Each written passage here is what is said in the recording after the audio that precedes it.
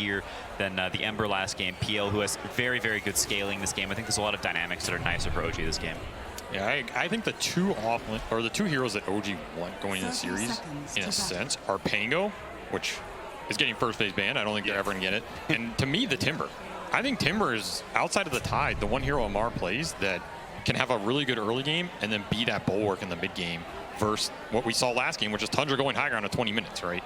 Timbersaw thrives in that environment as long as he gets a good start. And I mean, we're looking at the best Timbersaw player in the world right now. I've watched this guy all season long destroy people on Timbersaw, and I expect nothing else. Like, this is the time to show up. We were joking about it, but if you looked at those last ban phase, go back 3 months, they banned Razor and Viper last two, and he got Timber. These were the three that were first phase banned, and he always got one. So very much in Amar's comfort zone. Obviously, the hero's a bit different now, but my expectations are just as high. Yeah, I mean, he's someone who understands the hero at such a level. His item build from game to game, you'll see it shift like crazy. One game, he'll go the classic, the Hood, Kaya Sanj. The game against us, he had like a 4-staff, a Yules, a Halberd. Yeah. Some crazy builds. He bought it like no Kaya. Dude understands the hero at a really deep level. I remember watching that game and thinking, like, I've never seen so much utility out of Amar before in my life. Yeah, it was crazy. It was super right for the game. Definitely going to be a very different change of pace. I'm also curious about this mid matchup. The panel discussed a little bit the Spear Breaker versus the Primal Beast. This matchup's very weird, right? Because you're, as I say that, and already off to a different pace. That Timbersaw lane getting damage done between the heavy nuke damage. Snaking pays the price with level 1 Starstorm. Yeah, it seems Snaking just really underestimated the firepower of this lane. That's very awkward. But yeah, back to this. I mean, we don't ever see this matchup. What is this? I don't think anybody's ever seen this matchup. Maybe Quinn, only have you ever played this one? I've never played or seen this. It looks like it might be Spear Breaker favored. Yeah, Quinn, walk us through the details of this matchup. Yeah, really get into the minutia. So Unga Bunga. That's most of it. Yeah. He's walking him down. Oh, there it is. You said it. It's just who bigger, you know, who bigger who. He doesn't let out a yell. And Primal, yeah, Primal Beast has got the uproar. He's the biggest yeller. I'm not sure what happened. Maybe Nine charged him aggressively to try and stop him from CSing, and then he got yelled on. He might have like pushed it a bit too much, because I think what should happen is both of the 70 damage Unga Bunga heroes should just like CS realistically for most of the lane. But I think he might have got a little too aggressive, and it's a pretty costly death. You get behind on levels, and suddenly maybe this starts happening more. Yeah, he's being pressured again by BCM. I mean, it seems like you have to save this charge for the trample disconnect, you know? And if that's on cooldown, this matchup looks not that much fun. On top of that, this Bulldoze working with how the Primal Beast ults worked isn't that great, because you can't status resist it. It's kind of it's a weird matchup, right? I'm not sure if the planar pocket thing is still in there too. The planar pocket completely negates his ult. It just ends, right? It just negates. So this is a very weird matchup on how the spells interact. I don't know. We might see some crazy stuff. But I'm a mid Spear Breaker. I mean, you can't not love it, right? Charge on charge. We're gonna have a lot of fun with this one, that's for certain. Bottom lane, 33 under pressure here. You're gonna have to throw out the Fissure. They throw some damage back at Roggy. Roggy's okay. Man, he was really thinking. He doesn't even have Phantom Rush. There was no way he was gonna do anything there. I mean, he might regret that Lance. Now, pretty much 0 mana, so if he ever gets Soul Assumption, he's not going to have a way to dodge it with no Doppelganger. And no more kill potential with no more Lances either, so he's going to be in CS and chill mode for the rest of this lane now with no mana, realistically. That said, I feel like OG's a bit happier with CS and chill with the PL versus this as opposed to the Morph, because the PL can actually hit the early Diffusal, Manta, Heart, whatever order you want to go to get those items, and suddenly Visage teamfight becomes a lot more annoying, right? You have a great raid pack killer, you have a great hero that can go in, tank up a lot of the early attention spells, and suddenly turn the tide. I feel like OG's a lot happier with this laning phase than last game. Yeah, but I think you've also got a lot better ways to rebuff this Visage if he goes to your tower. You've got a Timber who can TP in. Good luck killing him this game. You got a Primal who can gank the Visage. Once PL gets this Diffu, Visage just can't just kick him out on his own. Like, PL's going to come in and say, yeah, come fight me. I'll burn all your mana. I'll kill you, you know? So I think Visage this game compared to last game, it is not even close to the same like level of terror. I agree. You going to arrow Timbersaw under his tower and dive him? It might be a different story. So it looks like OG, CS-wise, pretty happy with all their lanes. The Phantom Lancer, who's bottom of the bunch, really isn't that far behind. Seems like mid lane's going very well, which is a little surprising to me. Taiga is going to be able to pick up the kill on Snaking again here, as he just does not seem to match up well against this 4 Oracle. Misha getting a little bit low, but so is 33. Iragi gunning for it. Does have one more Phantom Rush, and that final swing will get the kill. A big one. Be able to take down 33's Visage. Already setting him behind in laning phase. 3 OG cores pushing the top here of CS and Net Worth. Very different start from last game. I think this is what they wanted to have happen last game, where that early magic damage draft can come in. This time, I think their draft's a lot more well-rounded, and they're having a way better early game. Should bode very well for them. That was not how I charge beat Spearbreaker charge. That was not how I thought that interaction was gonna go, and it makes me question, like, besides the planar pocket, like, if the charge isn't gonna be working, then what? Maybe it's something about the angle there, because I feel like you just have to yell louder. Oh, right? Okay. Everybody knows the mics, they have volume detection, so if you yell louder while you're charging, the game... It's like a DS. Yeah, exactly. It's the fourth barrier. It gives you the charge advantage. I mean, we have so many innovations in Dota. What's one more for this line event, you know? Some shenanigans going on. I mean, Level 6 already on BZM. This setup is pretty rough. Like, if he ever presses trample, 9 is just going to lose, like, you know, a third of his HP, maybe half. Uh-oh. Not looking so good here. Nice dodge there. Not getting hit by the aftershock. The Fisher may allow Soxa to get back to the tower in time.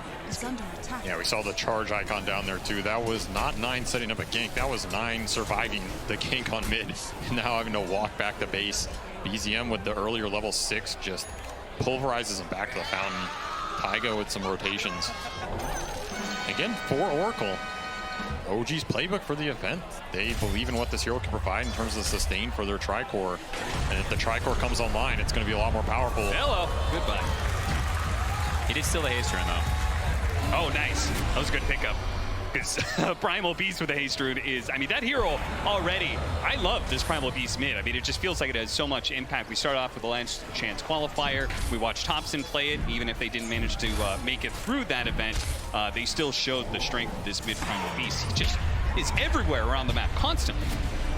Yeah, this hero is very, very strong. The kill threat he provides is crazy. He gives you initiation. He can scale like crazy. He gives you a buttload of stuns as the game progresses.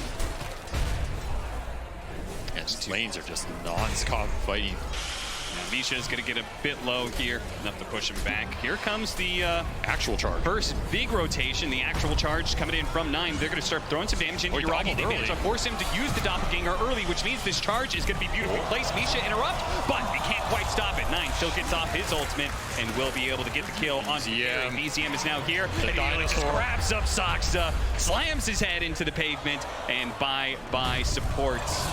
There's nowhere for him to run to. Taiga will gladly take that killing spree. He's like, you know what, guys? Yeah, I'm going to play the sacrificial role. I'm going to play these healers and stuff, but I still want the last hits. This right here is not what you want to see. Yeah. Lifestealer has been kicked out of his lane, and that is a worry. If you're ever on the team with Lifestealer and he's getting forced to leave. BZM protecting Taiga, and the setup here. Taiga secures the kill with the Purifying Flames. Dominating streak for him. Yeah, I mean, sort of the flip script from last game. You start to worry about Tundra's damage a little bit. Suddenly, the Shaker, Spearbreaker, Nakes together. Level 3 Potom. You're looking at, you know, a Timbersaw and a Primal with an Oracle behind them. You're wondering, I wonder if they're going to be able to kill these heroes as time progresses. I don't see Amar ever dying in this game. What is actually going to kill this guy? The Visage can't do much to him. The other heroes you said not doing much. Are they going to get a fast Vessel in this game? I don't even think they're going to get a fast Urn. I mean, this guy's going to be invincible. And oh, he's begging for a badge. Okay, they do manage to get it off of the Fisher. Skeeter is joining in here. I mean, they got to do something a little bit funky here because, as you said, this game is not setting up well. So apparently all the cores are going to come into this mid area and try and chase down BZM with the Uproar. He's got some armor, so he's not the easiest to kill, but he will eventually go down. Just 5 mana off that onslaught, no escape mechanism. That's a huge pickup for them. That is the one core they can try and abuse, because the Phantom Lancer, maybe you kill him once more or whatever, but he is going to escape to the jungle. You're not going to find him for a while. This Timbersaw is invincible. You got to try and abuse something on the map here for Tundra, and it's probably this BZM. You know, abuse him with your charge him back. OG's going to have free reign playing behind the bar right now. He's once again trying to solo kill Snaking. They have the burst, spells, half a second off. I mean, you could see Amar drawing circles there a second ago. Like, he's clearly a bit frustrated this Bottom's able to sit up here and stall. Like, the tower probably could have died maybe a minute and a half earlier, but the Bottom's up there being annoying, dragging some waves. And the move Tundra made Bottom earlier, where the Oracle TP, the Marcy TP's back down there, Primal TP, suddenly this Bottom gets some time up top. Nakes is just farming mid the whole time. You can see he got kicked out of the lane, but his net worth is not bad. It's considerably above the PL, so the move from Tundra Bottom earlier having pretty big dividends for slowing down this Timber a little bit inadvertently. And with the damage problems we outlined for Tundra, it feels like Mirana actually having levels could be really important. Yeah, those levels in Starstorm make a lot of difference. I mean, the levels for both supports. Like, the extra Fissure levels. This Fissure is a pretty high damage nuke now, but you need the levels, potentially Shard, to really maximize it. Yeah, particularly with the 10 talent, we've talked about that. It's how good it is with the Shard and everything. It's surprising amount of damage. This is like last game, Amar moving down bottom to defend the tower against the 33 Visage push, only now he can actually do it, right? Yeah. He is a much bigger boy with a lot more armor than that Sand King. Snake King, he went and denied the rune. The Fissure comes out, and BZM still managed to get the charge forward. Snake King is going to be grabbed up here. Slam, slam, slam. He doesn't have a leap, so bye-bye, Snake King. 9-4, OG, not up by a huge amount of net worth, but it does feel like they're kicking things into gear, and it's about to start snowballing against Tundra. Oh yeah, they got all the levels in the world on BZM here, and last game, it was hard to get this Oracle in the game because their cores were behind. This game, BZM, as we're seeing, they can use the Oracle early nuke damage to help them get these kills. OG has all the damage in the world on these early games. They are also going to have double purge, right? You have Fortune's End, you have Timbersaw rushing Yules. It's another interaction that makes the game hard for 9. He's not just going to have free bulldoze going in, charging, getting the connection, and dealing the damage. You get Yules to once, you get purged once.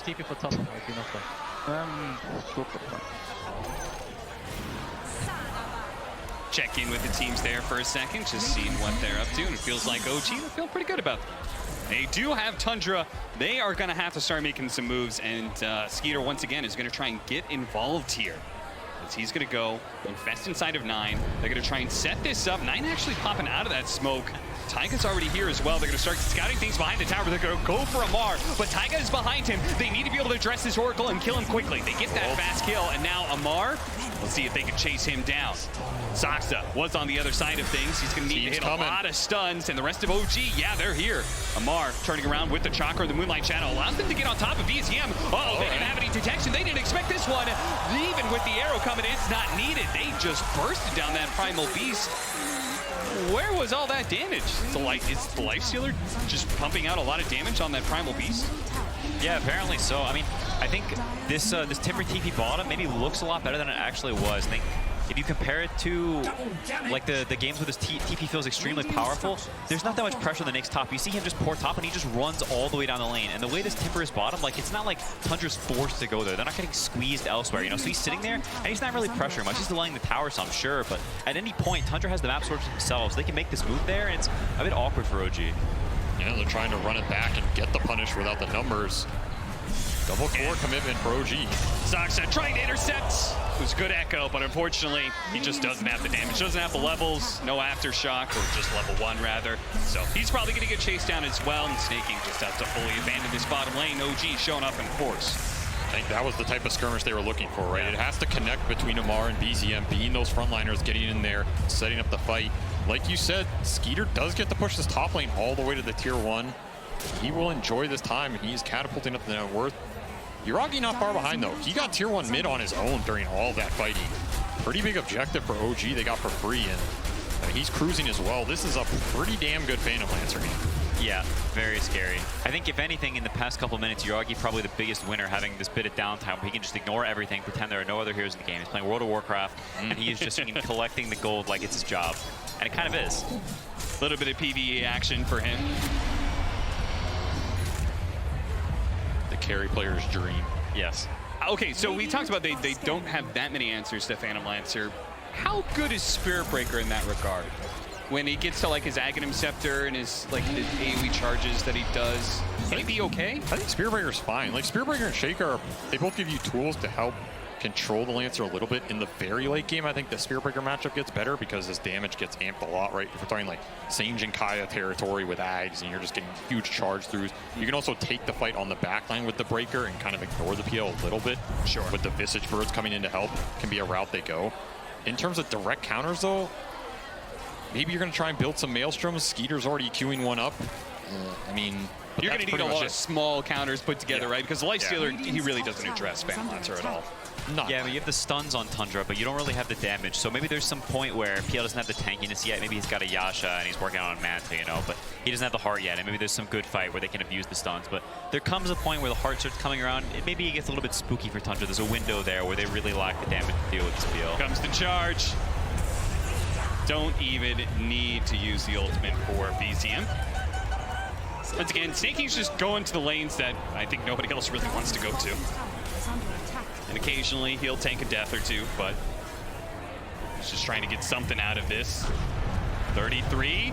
They want this. Oh, no. Knocked to the low ground. Got knocked to the low ground, and Misha pursues after him. Oh, that wasn't what you wanted whatsoever. Did Misha, I wonder if Misha had the idea that, like, don't worry, guys, I'll toss them back up on the high ground. Because that is not the place he wanted to be, for certain. I mean, there's a lot of hero displacement spells in this game. Yeah, there is. Like an acrobat session or something. People are going to be bounced around. I think, yeah, we see Uragi. He's actually going S and Y here. So he's going to build S and Y into Heart. That is going to be extremely hard for Tundra to deal with. Meanwhile, BZM, he's just keeping his foot on the pedal here. Yep, trying to go for Zoxa. They do have Skeeter showing up with a charge coming through as well. BZM may be in a bit of trouble here, but Taiga's sitting in the back. He's ready to go with the save of the False Promise. Misha, he's going to use it there. Taiga, Misha turns around. He does what damage he can. False Promise is going to wear out. He probably will die here, but at least he did some damage on his way out. Taiga almost getting charged. They lose vision. Now they get into the charge. Oh, the self-purge. What a beauty. And a big onslaught in from BZM. Knocking back 4. He'll bring down Snake King first with the Infest inside of his 9. They're going to be able to get a little bit of a reset here. But is OG going to keep pursuing? Is Tundra going to fight back underneath his tower? Both teams posturing, feinting, but ultimately not pulling the trigger. What a sick Fortune's End by Taiga there. Catches them both, prevents the charge connection, gets the purge as well. And BZM is just rampaging. The damage is just overwhelming. A DD for BZM exceeds the charge in from 9 and knows, hey, that's a freebie. That's all me right there. Yeah, I mean, here's where the map starts to get a little bit spooky for Dire. Suddenly, things are really open. This PL has a lot of free reign, and Tundra still hasn't taken this bottom tier 1. All the towers still up. You start looking at places where you can realistically get kills, and those places are few and far between. The biggest one being this bottom area, and OG is taking advantage and winning those fights. So, where is Tundra going to open things up? Yeah, there's only one place Tundra can fight, and it's always Amar sitting here, preventing them from doing that. 9's going to TP down, but he's just stuck here too. He's trying to get the Shadow Blade, an item that can help them open up some of these areas, make it scarier for the PL to push deep. It has to connect with something though. I don't think the Spearbreaker has enough damage on his own. It has to connect with the Mirana or the Earthshaker on top. Soxa is choosing to go Shard over the Blink, so he will play off those fissures, got the levels of it, needs some extra Aftershock. Yeah, it makes sense. It feels like they do need the impact right now, right? I mean, we start stalling out the game any longer, we get to the point you were talking about, right? Where the Phantom Lancer is too tanky for them to deal with. Yeah, it is very spooky. I mean, Avery talks about this Spearbreaker being able to pick people off a little more, but... Grabbed. Skeeter does still have the rage. No Infest, though, so he's going to have to back out. BZM realizing that he's actually still has some capabilities of fighting here, especially with the rest of OG backing him up. Tundra was smoking there. I think they really wanted to be there at that moment to take the fight, turn it around with the Lifestealer. They still have an opportunity, maybe able to burst down BZM to get him. And the jump in from Nisha puts him in a nasty position. Skeeter should be able to finish this up. Once again, there's going to be the False Promise, but Misha knows he's dead. He'll just go down fighting where he can. Amar's going to show up. Skeeter needs to help. He doesn't have the Infest, and he's dead. Overextending himself. Echo. Oh, Uragi is overextending himself. And the Fisher straight over onto Amar was a nice touch there from Soxa as well. All right, Tundra striking back with this random river fight that just connected off the back of that smoke. BZM did not get BKB off or anything. That's a completely different fight if it goes the other way. Moonlight Shadow. this spell, it works at TI for a reason. Snaking, busting it out, doing a huge amount of work off the back of the smokes in this ult. I feel like this Primal Beast just dies so quickly whenever Skeeter's in the... I wonder if he should build some sort of armor on him. I mean, he's only got 6 base armor. Yeah, he might need a plate mail, or maybe he just needs to come in late and not be the one getting beat on by the snakes. I mean, this whole fighting situation here, I think, maybe there's an element of people who played at TI several times versus some new players. I think BZM, not getting the BKB off and being slightly out of range with the Oracle. There's a lot of like little small things there that are slightly messed up that, ends up costing you pretty big. Your PL dies. Snaking, not able to get that second leaf off in time. Misha grabs him, stuns him, and brings him down to the grave with Lamar picking up the killing spree. That's it. I think OG, they are playing this game very fast, and they have a lot of wiggle room too, in my opinion. Yeah. Like, Tundra needs a lot more of those fights before I think they feel very confident going into this late game. And again, this is OG's playbook, right? You have the Amar damage dealing offlaner. You have this Tricore with the power of the sustain behind it. This is a scary lineup to scale into. This Primal Beast can also scale like a monster. I mean, you're talking about Ags, Shivas, Shard down the road. This hero's spooky in the late game. So you have to worry about this PL timings if you're Tundra, but you also have to worry about what happens after that if you get past that point. And they're doing a good job of, equalizing the net worth differential here. Saksa has got a lot of farm in the last 5 or 6 minutes. Like, he's almost a blink on top of the Shard. Those fights helping him. OG want to keep the pace up, looking for 33. The birds are going to drop, stopping that channel. Shouldn't be a problem here for 33 to get out, but maybe Tundra wants to go back in. They see Amar. Skeeter leading the charge. He's going to start slowing him down. The Maelstrom actually does a little bit of damage there. BZM, he was trying to hunt down Saksa. Now the turnaround Fisher, and once again, he's just getting 100 to 0. No BKB going on. 33. Yuragi was trying to dress him to be able to eat through that cloak, but now Tundra playing together, went back to 33, made sure the Phantom Lancer wasn't a problem. Now they're going to try and chase down some more heroes, and that's going to be Taiga. Once again, he's following his course into battle, but when they lose that fight, he has no way out, and he is just the +1 after every lost team fight. Some rare mistakes from BZM, honestly. A player who's been extremely dominant over the past year. Just not getting the BKB off, not getting the DD off, maybe feeling a bit antsy, feeling like, man, we're so strong, I want to fight Tundra. They're like just out of the reach. He tries for this charge, maybe reaches a bit too far, getting a little bit too thirsty for that fight, and it's a big kill. I mean, like Avery said, they need a lot of these. Like, Tundra keeps winning these small fights, and it feels nice, but it's not like a game-ending thing, But at some point, they add up a bit too much, and maybe the pendulum swings back into Tundra's favor. Yeah, every one of these little skirmishes you lose, you're putting your PL timing back a little bit, right? Yeah, and that's the timing that you want to hit and get the Roshan and get the full map control going. That timing's a little worse every one of these skirmishes you loses, and also for BZM. Yeah, I can. Check in with the teams. He wants to charge. I'm going. How many can fight? Can. Go. I'm here. Can you heal? Good chain one. Shake us up. I don't like, please. I don't like, shakes too much. I die. The call for the Yules there. I mean, if they had gotten that +1 hero, then that would have been such a massive difference, but I think a pretty good sign they were able to call that off. I think sometimes when your core players maybe a bit nervous, they can get roped into some stuff, and him saying, no, I don't like this, I'm not doing this, I'm gonna die. Like, I think having that awareness and not getting, pulled into something you don't like, I think is very clutch. Saksa, this could be deadly.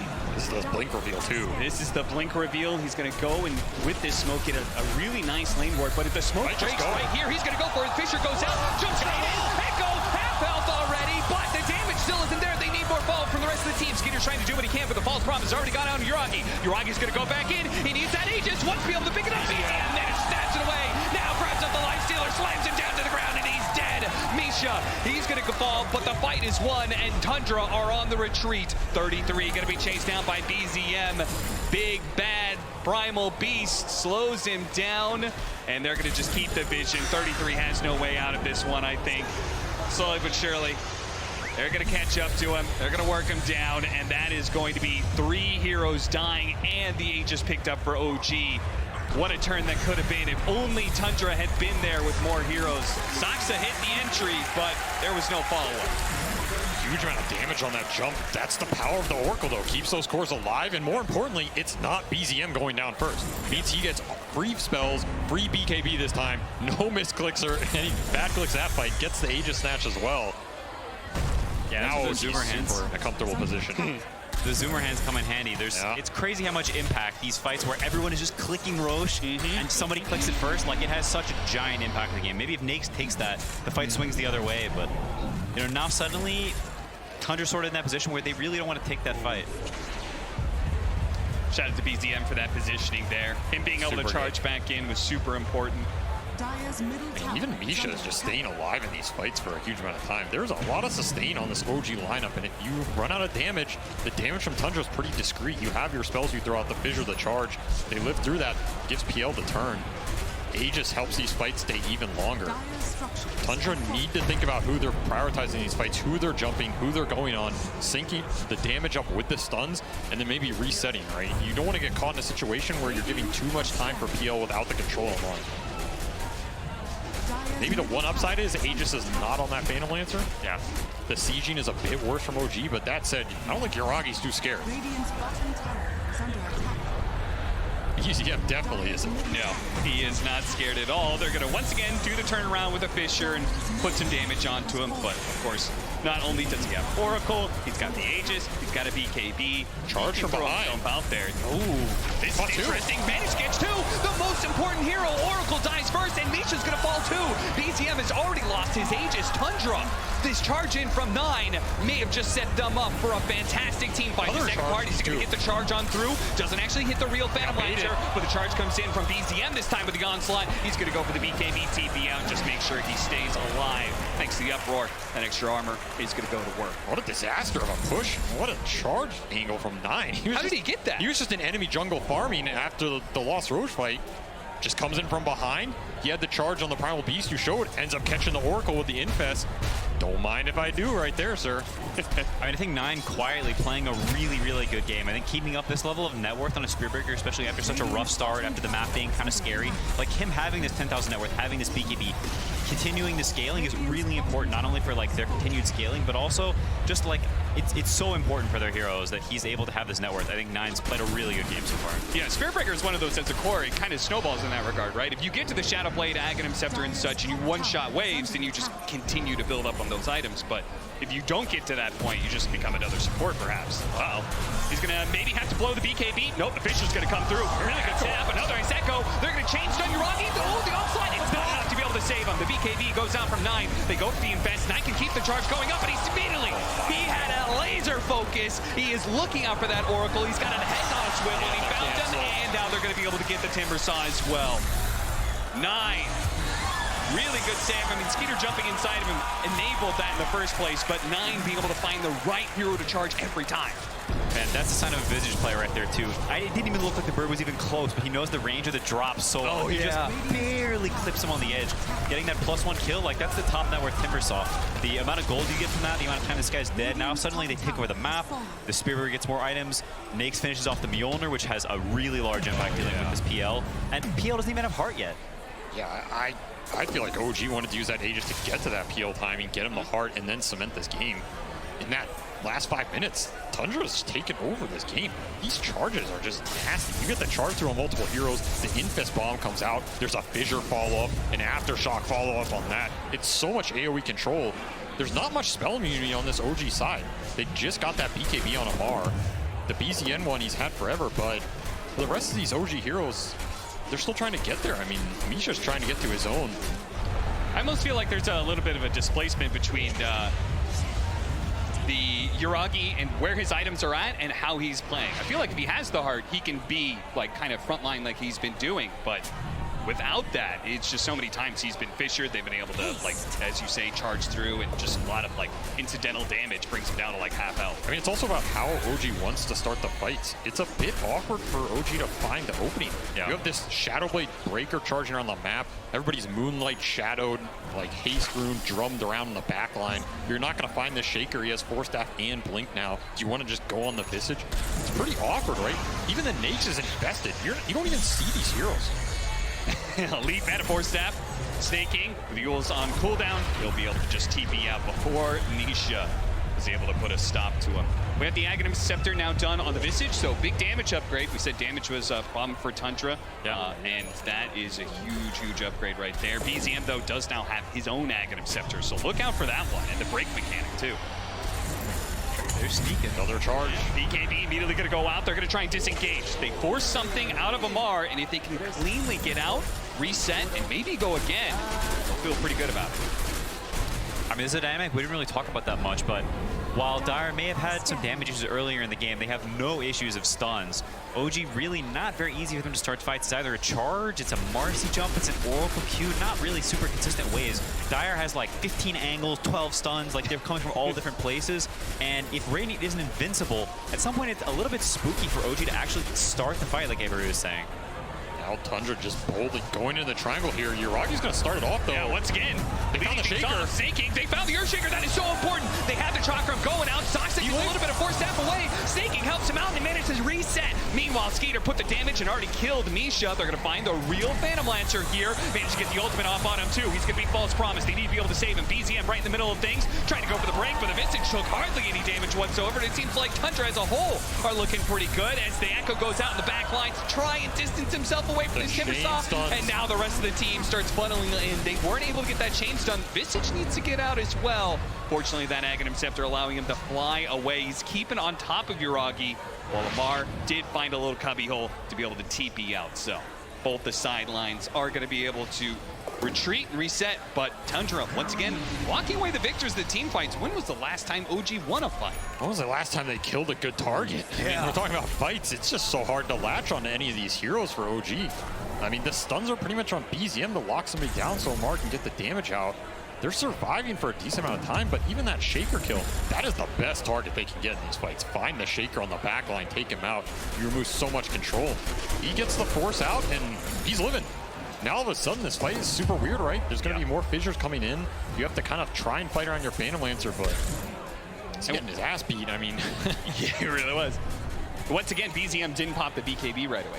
He got hit by the Visage stun as he charged in. A little bit costly. And that cost him the Earthshaker kill. I mean, it's just so annoying. There's so much random stuns in this game that you can't see.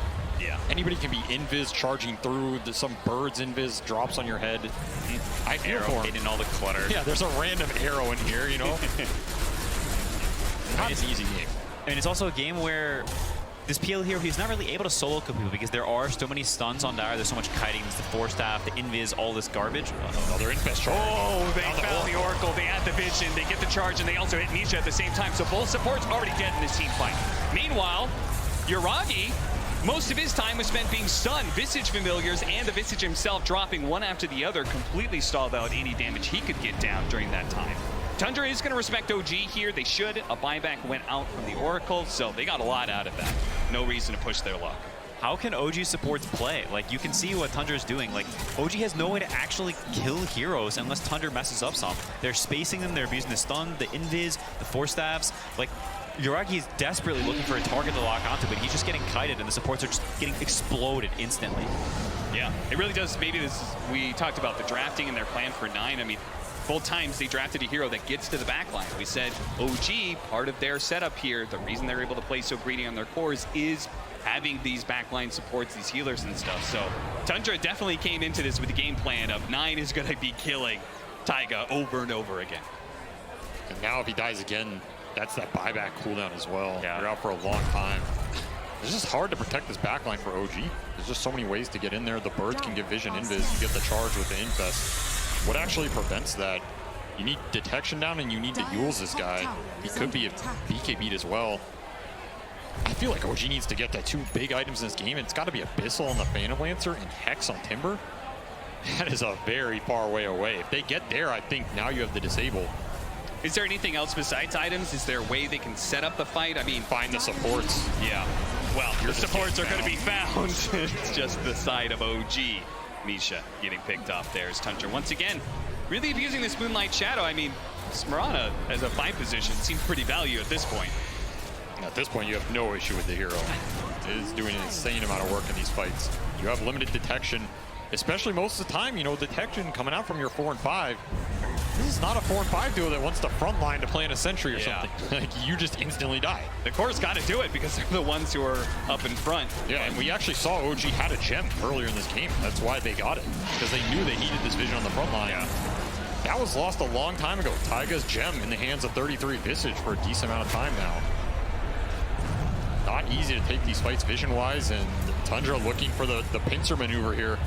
Yes, they are. They found the real Uragi. Can they get the arrow stun? Not quite. He does manage Doppelganger away to the side. They have the Fisher to stall it up, but at this point... 33 in the back, though. Oh, he is in the back, and he's going to be able to catch.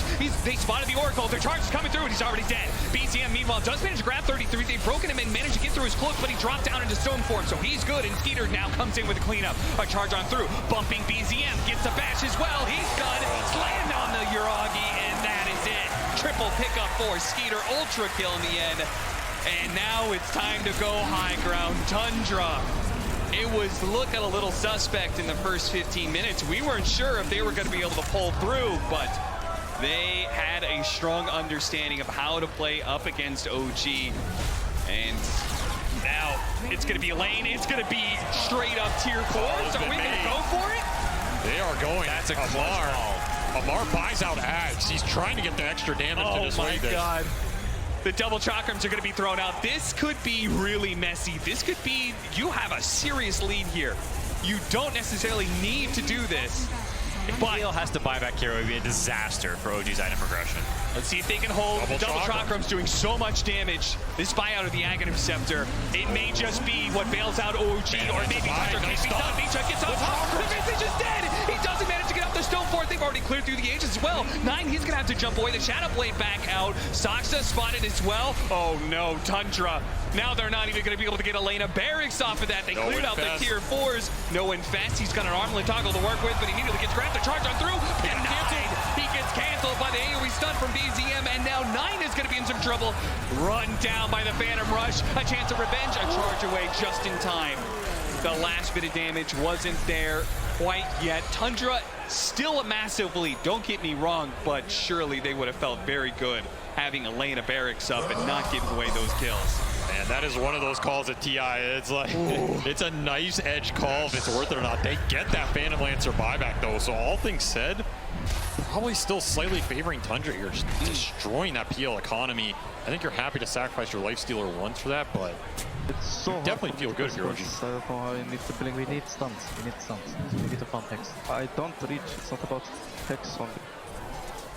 Oh, you're totally right, Avery. Stuns, big problem for OG. Yeah, they need this Hex, they need the Abyssal. The Abyssal's just off the menu now, man. I mean, this PL is never going to get there. So even more falls to Amar. That Ags purchase was pretty clutch. Helps him defend the throne there. No way. He's on his way to Hex, but he is far. Yeah. OG trying to use this Lifestealer downtime as much as possible to get to that condition. I thought maybe 9 spotting Uragi there. I thought maybe they'd go for it. That would be a dieback like that. Could just be game. Once the game is on Amar. This game's on Amar. Yeah. Like, this Ags, the double chakram, has to connect with the Shaker, with the Visage off of a stun. Again, limited stuns, you got to make the damage count. He has to connect these spells. If you're going to bet on one Timbersaw in the world to do it, it's probably this guy. Yeah, they need some like sneaky wards that Tundra like walks onto. They have some ward hidden in the corner, and suddenly Tundra's on vision, and Amar gets this blink angle where he double chakrams the guy and insta-kibs the Shaker before he has time to react. I mean, the Marcy rebound, huge as well. Like that fight, Misha connects with 2 or 3. That's their best stun, right? That's going to set up the Primal Beast to engage. It's going to set up the Timbersaw damage. A lot of this game might be coming down to Marcy. Yeah, some of these earlier fights, just the charge throughs and the chain stunning that can come out. If you're on the retreat from OG, you are not getting out for this one. Well, all eyes then on the Misha-Amar duo. See if they can get the combination of the right initiating stun and the damage to follow it up to win a fight for OG. This is a great opportunity if they can get it. The snaking kill, maybe not so much, but the Earthshaker does manage to slip away. Now the charge on through, they couldn't even kill the pot up. Misha is now dead. Amar's looking for something to be able to hunt, but look at Saxa playing the edges here. He's ready to go back in. The charge is controlling up BZM. He's not getting anything off. Now they've got the Fisher. The chain stun onto the Phantom Lancer. Yes, a false promise goes off last second, but is he even going to be able to have the heals? He's got the heart pumping away. He starts to throw some damage over to 9, but it's just pitiful. He's going to get zonked out. The heart regen is not going to be enough, and GG is called. Tundra 2-0. over OG. They've done it again. They set themselves in a position to be able to match up